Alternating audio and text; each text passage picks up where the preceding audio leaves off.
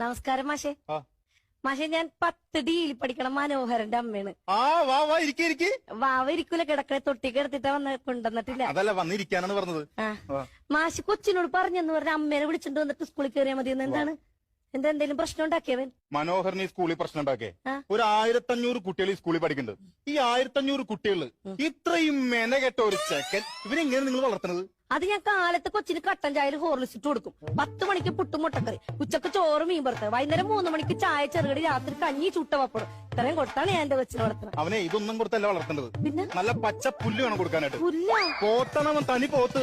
ഉള്ള കാര്യം പറയലോ, മനോഹരനെ പോലൊരു കുട്ടിയെ പഠിപ്പിക്കാൻ ഞങ്ങൾക്ക് ബുദ്ധിമുട്ടുണ്ട്. വേണ്ട മാഷങ്ങൾ ടീസിയും കൊടുത്ത് വിട്ടേക്ക്. എന്തിനാണ് നമ്മുടെ സ്കൂളിൽ വെറുതെ ചീത്തപ്പേരുണ്ടാക്കി ഇങ്ങനെ കുറെ എണ്ണം? ആരുടെ കാര്യമാണ് ഈ പറഞ്ഞത്? അല്ല, മനോഹരനെ പോലെ വേറെ ഏതാണ്ട് ഒരു കൊച്ചുണ്ടെന്ന് പറഞ്ഞു. മനോഹരനെ പോലെ വേറെ കൊച്ചിന്റെ കാര്യമല്ല പറഞ്ഞത്. മനോഹരന്റെ കാര്യം, നിങ്ങളുടെ കൊച്ചിന്റെ കാര്യമാണ് പറഞ്ഞത്. അവനെ പഠിപ്പിക്കാൻ ഞങ്ങൾക്ക് ബുദ്ധിമുട്ടാണ്.